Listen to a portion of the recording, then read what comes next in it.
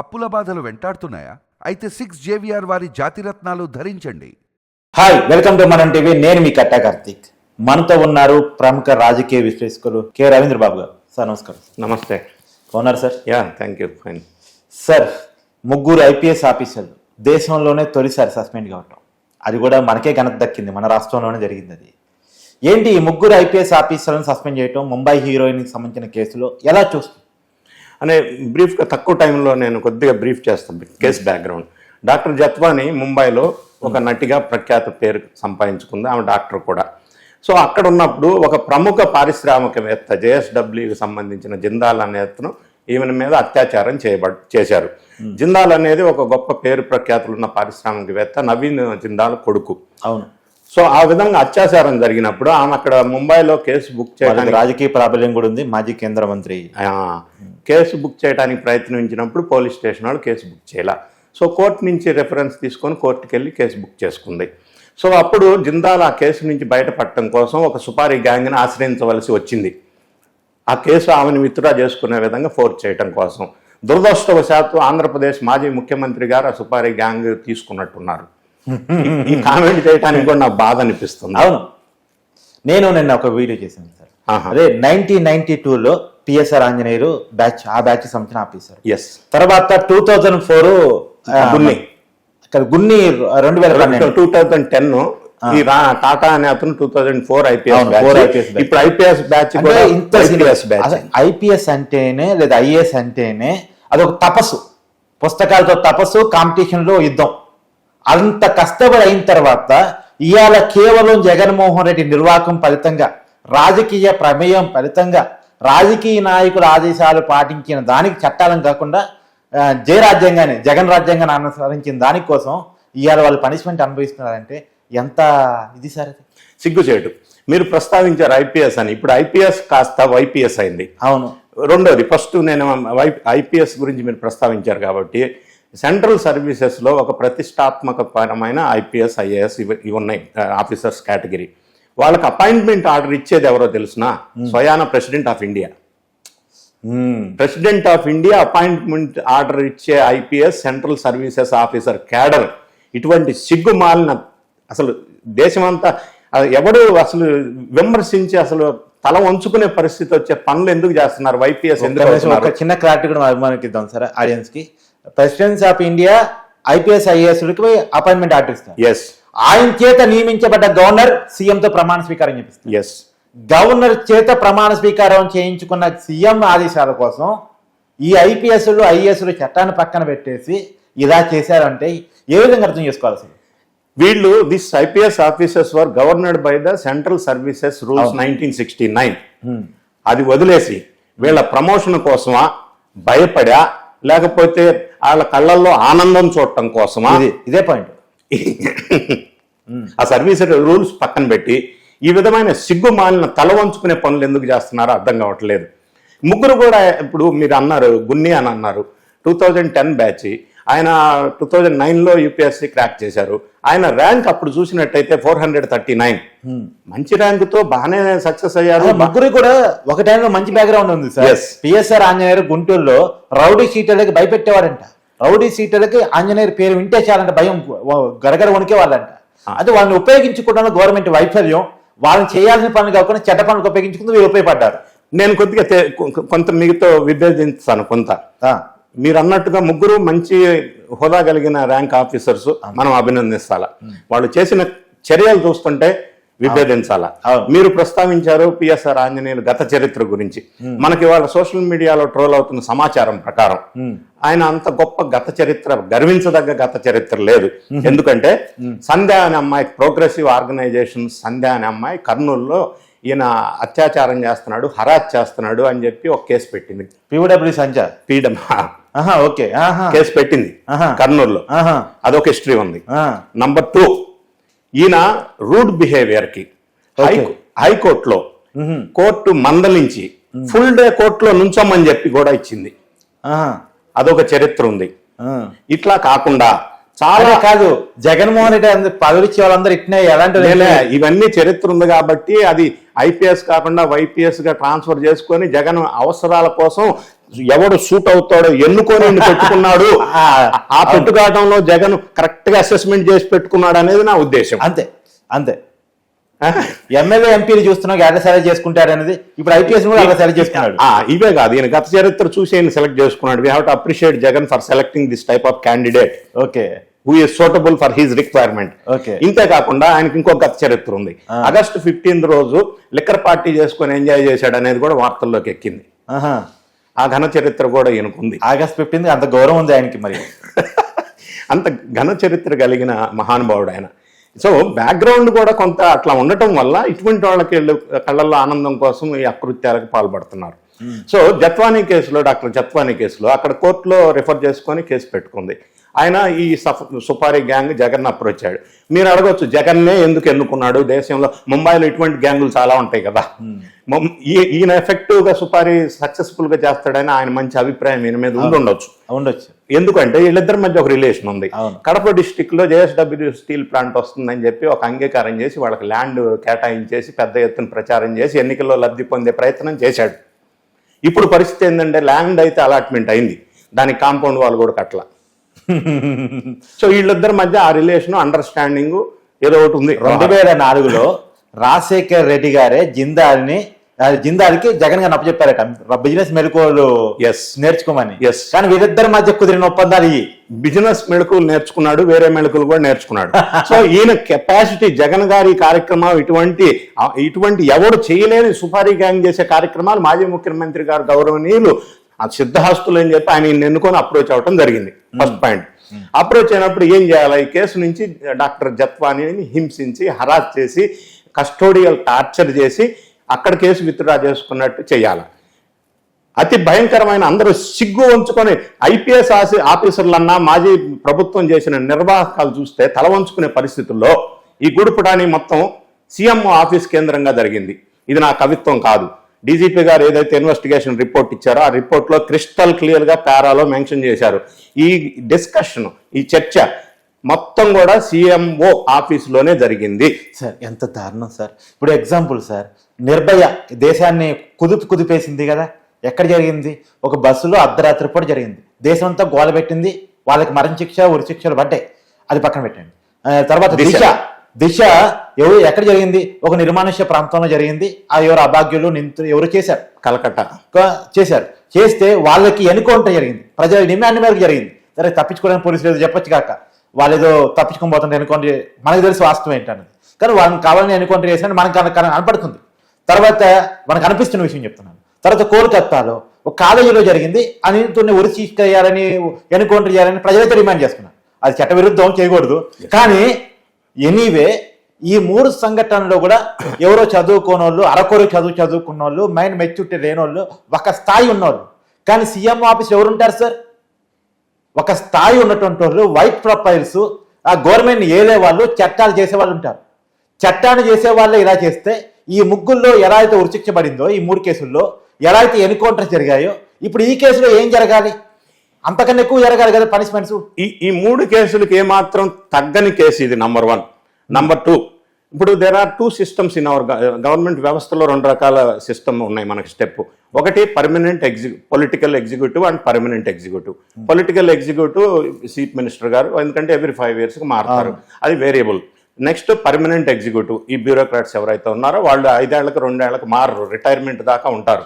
కానీ ఇటువంటి లత్కోరీ కార్యక్రమాలు, జనం అందరూ క్షమించరాని ఇటువంటి కార్యక్రమాలు ఇన్వాల్వ్ అవుతున్నారంటే వాళ్ళు ఉద్యోగాలు ట్రాన్స్ఫర్ అవుతున్నాయా లేకపోతే వేరే భయాలు ఉన్నాయో తెలియదు. కానీ CM ఆఫీస్ కేంద్రంగా ఈ చర్చలు జరిగినాయి.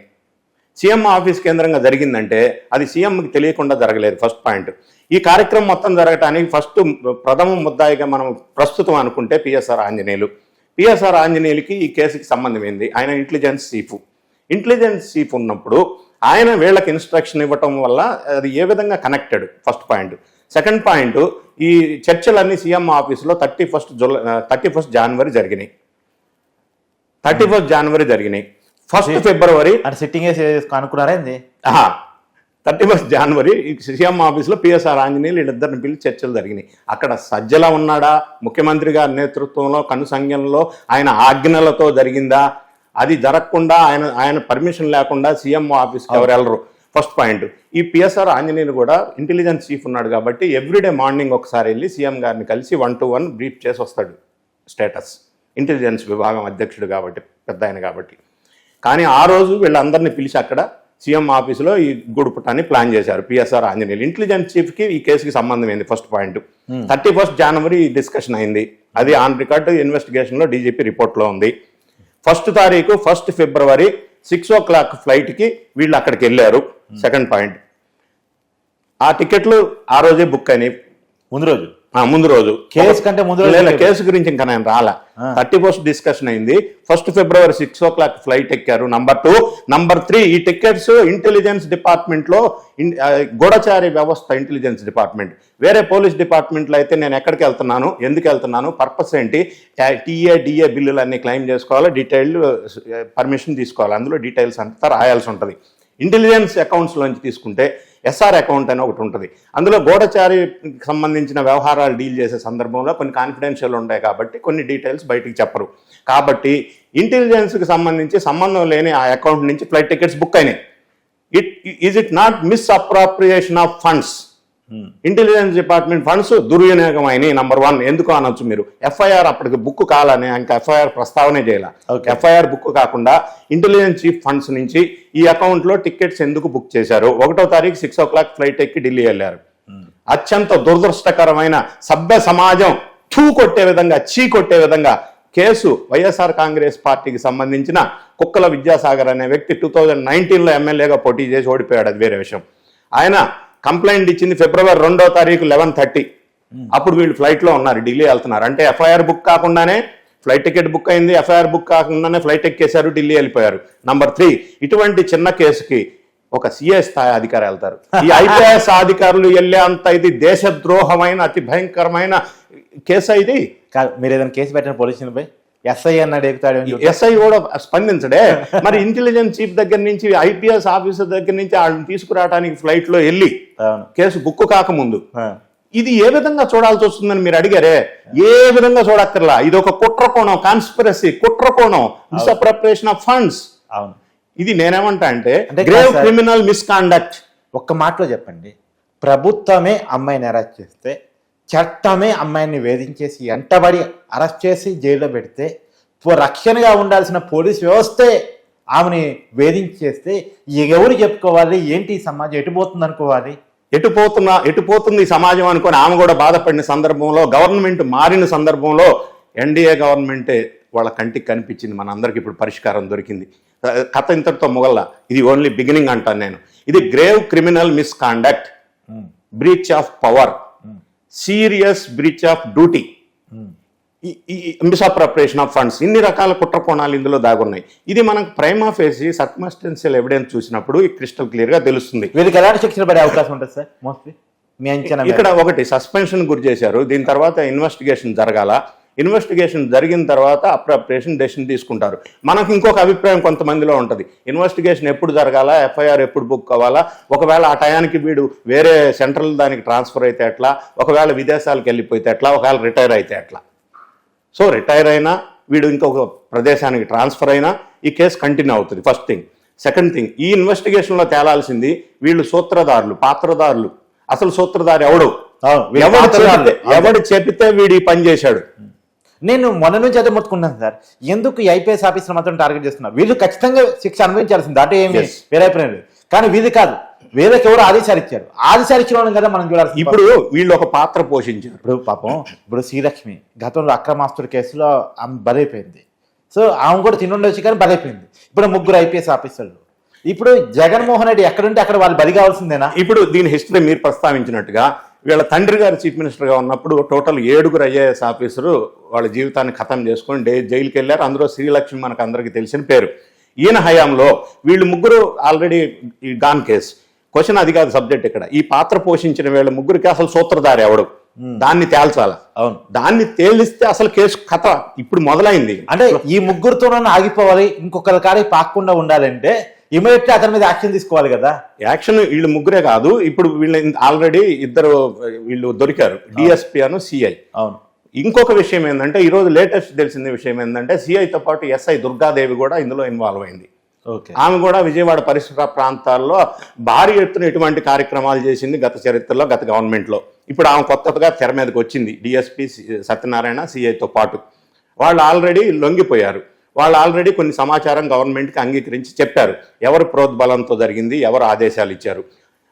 అది ఫస్ట్ స్టెప్ అయింది. ఇప్పుడు సెకండ్ స్టెప్ మనకు అందుతున్న సమాచారం అయితే కున్ని అయితే ఎవరు ఉన్నారో ఆయన కూడా సరెండర్ అయిపోయి కొన్ని విషయాలు ప్రస్తావించినట్టుగా చెప్తున్నారు. ప్రస్తావిస్తే వాళ్ళు ఏం చెప్తారు, వాళ్ళ పైబాత్ చెప్పాడని చెప్తాడు. ఈ ముఠా నాయకుడు పిఎస్ఆర్ ఆంజనేయులు ఎవరైతే ఉన్నారో ఆయన ఎవరు ఇన్స్ట్రక్షన్స్ ద్వారా ఇటువంటి కార్యక్రమాన్ని ఒడిగట్టాడు.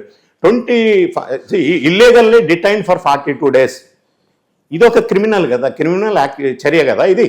ఇల్లీగల్లీ 42 days ఎట్లా డిటైన్ చేస్తారు? రెండోది, అసలు కేసు ఎక్కడ మొదలైందంటే ఈ వైఎస్ఆర్ కాంగ్రెస్ పార్టీకి సంబంధించిన విద్యాసాగర్కి అతను కేసు పెట్టాడు. ఏం పెట్టాడంటే ఆయనకి సంబంధించిన ల్యాండ్ వేరే వాళ్ళ ఇద్దరికి అమ్మటం కోసం ఫోర్జరీ డాక్యుమెంట్ సృష్టించి డాక్టర్ జత్వాని వాళ్ళ దగ్గర పైసలు తీసుకొని ఈ ఫ్రాడ్ చేసిందని కేసు పెట్టాడు. ఇంకొక ఆశ్చర్యకరమైన విషయం ఏంటంటే ఆ ఇద్దరు పేర్లు ఎవరైతే ప్రస్తావించాడో విద్యాసాగర్ అనే YSR Congress party candidate FIR book చేసి అతను అక్కడికి వచ్చేసి ఆ ఇద్దరు ఈ సబ్జెక్టే మాకు తెలదని చెప్పారు. అది కూడా అయిపోయింది. రెండోది, డాక్టర్ జత్వాని ఇంతవరకు ఎప్పుడు ఈ ప్రదేశానికే వచ్చిన సందర్భం లేదు. మూడోది, ఈ డాక్యుమెంట్ వీళ్ళు సృష్టించిన ఫేక్ డాక్యుమెంట్ 2018 డిసెంబర్లో సృష్టించారు. దురదృష్టం ఏంటంటే వాళ్ళకి ఆ మాత్రం తెలివి లేదా, బుర్ర లేదా, ఏం లేదో తెలియదు. 2020లో వీళ్ళు ముంబై షిఫ్ట్ అయ్యారు. ఎందుకంటే వాళ్ళ మదర్ ఆర్బీఐ మేనేజర్ కాబట్టి. 2020లో షిఫ్ట్ అయితే ముంబై ఆ అడ్రస్ 2018 డిసెంబర్లోనే అదే కాదు సార్, వీళ్ళకి ముందే కళ్ళు వస్తుంటాయి, కేసు పెట్టబోతున్నారని ఫ్లైట్ టికెట్స్ ముందే బుక్ చేసుకుంటారు. కేసు అడ్రస్ చేంజ్ కాబోతున్నారని ముందే రాసుకుంటారు. ముందే కళ్ళు వస్తుంటాయి. ఇంత లత్కోరి పని చేసి ఆ డాక్యుమెంట్ లో కనీసం బుర్ర ఉపయోగించాలి కదా. 2018లో డాక్యుమెంట్ సృష్టించి వాళ్ళు ఎప్పుడు 2020లో ఇల్లు ముంబై షిఫ్ట్ చేస్తే అడ్రస్ పెట్టారు. వీళ్ళందరినీ 42 days కస్టోడియల్ టార్చర్ వీళ్ళు ఎంత దారుణంగా చేశారంటే ఇల్లీగల్గా. ఆ అమ్మాయి అనుభవించిన బాధ మీరు ప్రస్తావించిన 3 కేసులు ఉన్నాయి కదా, వాటిని జనం ఏ విధంగా అయితే ఉరి తీయాలని కోరుకుంటున్నారో ఇప్పుడు వీళ్ళని కాదు చేయాల్సింది. వీడికి ఎవడ ఆజ్ఞలు ఇచ్చాడో సీఎం ఆఫీసులో ఈ కుట్రకోణం జరిగింది, ఆ ఆజ్ఞలు ఇచ్చింది సజ్జలనా లేకపోతే మాజీ ముఖ్యమంత్రి వర్యులా, ఈ లావాదేవీలకి ఎంత పైసలు వాళ్ళు ముట్ట చెప్పారు, వాళ్ళని కదా శిక్షించాలా. ఉరి తీయాల్సి ఉంటే లేదా ఎన్కౌంటర్ చేయాల్సి ఉంటే అసలు ఎవడు ఆజ్ఞలు ఇచ్చాడో వాడిని పట్టుకొని ఆ కేసు ఛేదించి వాడికి అసలు కఠినమైన శిక్ష చేసినప్పుడు మనం ప్రజలు శాంతిస్తారు. ఇటువంటి సిగ్గుమాలిన పని, ప్రపంచం తలదించుకునే పని ఇంకోసారి జరగటం వల్ల స్టేట్ ఇజ్జత్ మొత్తం ఖరాబ్ అయింది. అవును, స్టేట్ మాట్లాడుకుంటే ఆంధ్రప్రదేశ్ లో 3 ఐపీఎస్లు అనేది ఒక రిఫరెన్స్ గా ఉంటదిగా. 3 ఐపీఎస్లు అంటే ఇంకో మీరు అన్నట్టుగా ఇది ఇండియాలోనే 3 ఐపీఎస్లను సస్పెండ్ చేయడం ఫస్ట్. కానీ ఫస్ట్ ఇన్ ఇండియా 2 ఐపీఎస్ ఆఫీసర్లను గుజరాత్లో చేశారు, ఒక ఎన్కౌంటర్ కేసులో చేశారు. కానీ ఆ తర్వాత ఇండియా మొత్తం బాగా పేరు ప్రఖ్యాతులు వచ్చింది ఆంధ్రప్రదేశ్కి 3 ఐపీఎస్. ఓకే, దీనికి సస్పెన్షన్ చేసిన సెంట్రల్ గవర్నమెంట్ వాళ్ళ పర్మిషన్ తీసుకోవాలి, వాళ్ళకి ఇంటిమేషన్ ఉండాలి, అది ఆల్రెడీ వెళ్ళిపోయింది. కాకపోతే ఇంత దారుణమైన చర్యలకు పడి సిగ్గు శరం లేకుండా అసలు ఏ విధంగా అర్థం చేసుకోవాలా వీళ్ళని మనకు అర్థం కావట్లేదు. మీరు చాలా క్లియర్గా వివరించారు సార్. మరి జనమే తెలుసుకుంటారు. ఒకటి, కోర్టులో శిక్షలు పడితే అది కొంచెం లేట్ అయినా సరే ప్రజా కోర్టులో మాత్రం ఆల్రెడీ తేలిపోతా ఉంది. చూద్దాం. అంటే ఇంకో విషయం కార్తీక్, ఇప్పుడు కొంతమంది మీలాంటి వాళ్ళు అడుగుతున్నారు జీవోలో కాన్ఫిడెన్షియల్ అని ఎందుకు ఉందని. ఇదో సబ్జెక్ట్ పైకి వచ్చింది. జీవోలో కాన్ఫిడెన్షియల్ అని ఎందుకు ఉందంటే కొంతమందికి ఇది ఒక అనుమానాలు వస్తున్నాయి. ఇప్పుడు ఈ ముద్దాయి ఎవరైతే విక్టిమ్ ఉన్నారో, బాధితురాలు, ఆమె ఒక హైఫై ప్రొఫైల్కి సంబంధించిన వ్యక్తి. ఆమెకు సంబంధించిన డీటెయిల్స్, వివరాలు చాలా అన్నీ ఉంటాయి కాబట్టి గోప్యంగా ఉంచవలసిన అవసరం ఉంటుంది కాబట్టి అందులో ఉన్నాయి.